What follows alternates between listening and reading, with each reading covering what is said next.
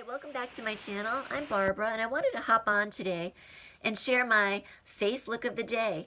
After being sick for the past several days with an autoimmune illness plus a cold I'm just getting over, today was the first day I was feeling really terrific. I got up, I went to the gym, I did some work around the house, and now I'm putting on a little makeup and I thought, let me share that with you. These are some of my tried and true workhorses of products that are economical, easy to use, and would work with a variety of skin tones and types.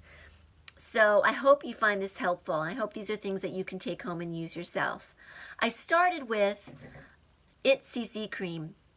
I use the shade Light in the wintertime, and this is my go-to. I use it every day, whether I use it with foundation as a primer or if I use it on its own like I did today for a light foundation look. It's got a lot of good for your skin ingredients, and it also has an SPF of 50. I like this because also, if you're like me and you use Retin-A, you know what it's like when your skin becomes dry and irritated and peeling. And I'm going through one of those Retin-A ugly phases right now. So this I find to be very comfortable. It doesn't irritate what's already going on there. So I use that. I followed with Garnier Clearly Brighter Eye Concealer in Light, and I used this under my eyes. I applied it to each well. I let it set up for about 45 seconds and then pressed it in with my Emax Design, is that upside down? Emax Design brush. I learned about both of these products by Lisa, Beauty 101 by Lisa. And if you haven't checked her channel out, I really encourage you to.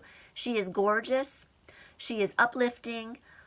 She's a wealth of knowledge, and currently she's bringing us on the journey of growing out her natural silver hair color, and it's really engaging. So I encourage you to check out her channel.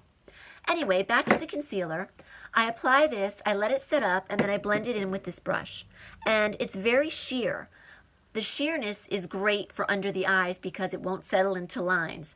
The trick is, like I said, you have to be patient, let it set up, then blend it in. And because it's so thin, if you need a second or third layer, you can reapply this without it irritating you, without it becoming cakey, without it becoming weird looking. It's really easy to manipulate. So once that was all applied, I took my RCMA white powder. And I know this is another product that a lot of ladies find is hard to work with. It makes their face look white. The trick that I found that really works is I take a very loose, fluffy brush, something where the bristles are very soft and flow easily. I shake a little bit of white powder, RCMA powder, into the top of the brush.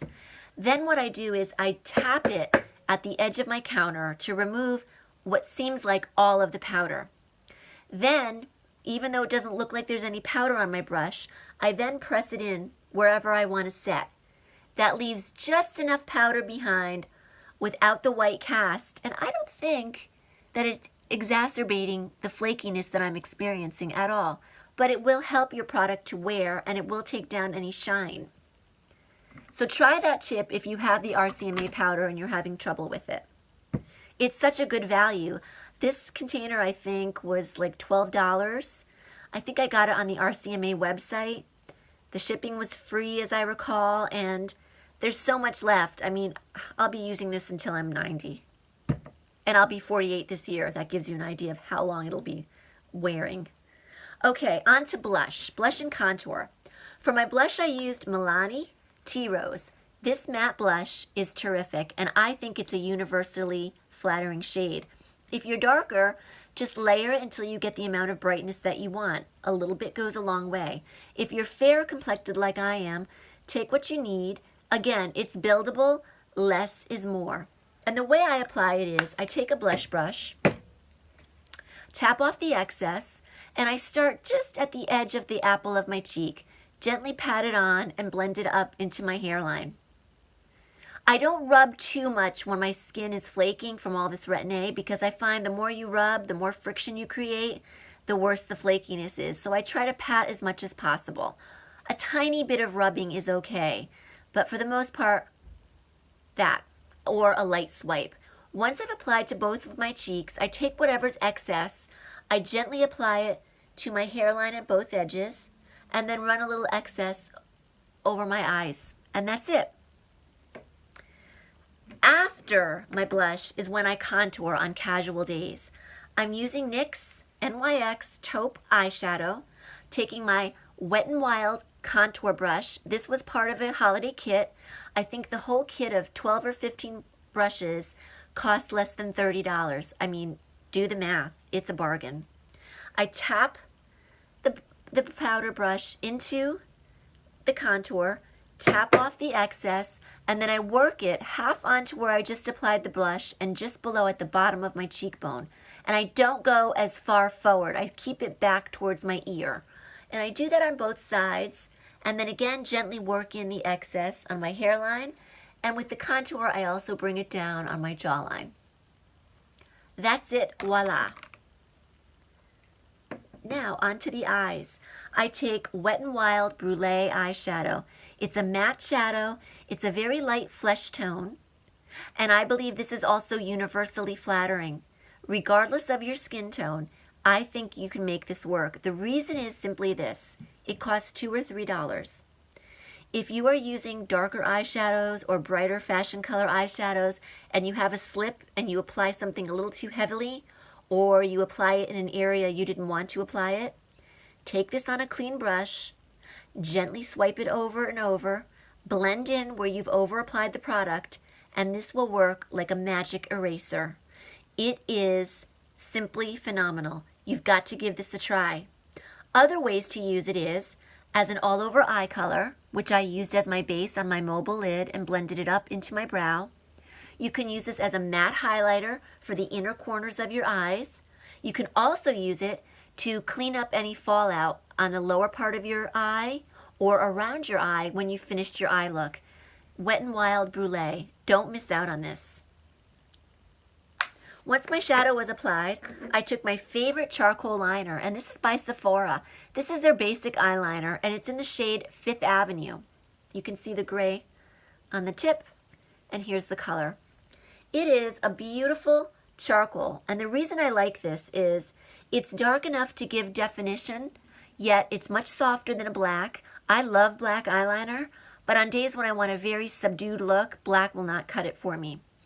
And I also like this because having blue eyes, I find a lot of grays, you'd think they would enhance blue eyes, but for some reason on me, they wash me out. And I'm sure that may happen to many of you. This does not wash out my eyes. It enhances my eyes, it makes them pop, and I really like it. The way I applied it was simply this. I applied it to the inner upper corner of both eyes, and then I went to the outer third of my top lid, and just as I got to the edge of my eye, almost at the edge, I flicked it up slightly to sort of lift my eye and open it. It's a subtle look, but it is eye-opening, and I really like it. To finish my eyes, I used Estee Lauder Sumptuous Knockout Mascara in black. This is my current favorite mascara. It is thickening and lengthening, although not the most extreme thickening and lengthening. As you can see, it's kind of a natural look with a little extra. The reason I'm loving this is it is buildable, but I also love it because I don't have to fight and struggle to remove it at night. I don't know if you've noticed this, but I only use non-waterproof mascara, and I cannot seem to find one that washes off easily.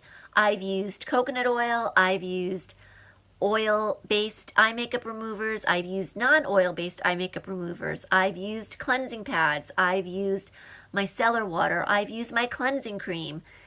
My mascaras do not come off easily anymore, and I really think it's that so many formulations are now long-wearing or smudge-proof or flake-proof that they're actually harder to take off.